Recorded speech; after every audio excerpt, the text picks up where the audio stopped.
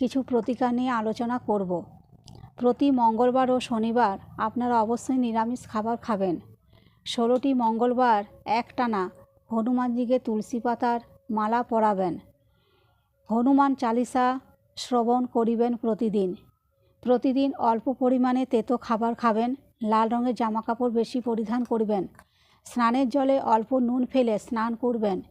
দক্ষিণ দিকে মুখ করে বসে বা দাঁড়িয়ে সমস্ত কাজ করার চেষ্টা করবেন। নেশা ব্যাপারে এড়িয়ে যাওয়াই ভালো। শিকার কার্য থেকে সাবধানে থাকতে হবে। বুঝে সুঝে যে কোনো কাগজপত্রে স্বাক্ষর করবেন, নইলে পরে ক্ষতির দশা উপস্থিত হবে। ক্রোধ ত্যাগ করা উচিত। নিজের সমস্যা নিজেকেই সমাধান করতে হবে। বিদ্যুৎ বা বিস্ফোরক পদার্থ হতে সাবধানে থাকতে হবে। মিত্রগণ শত্রুতা করতে পারে, সেজন্য তাদের থেকে সাবধানে থাকতে হবে।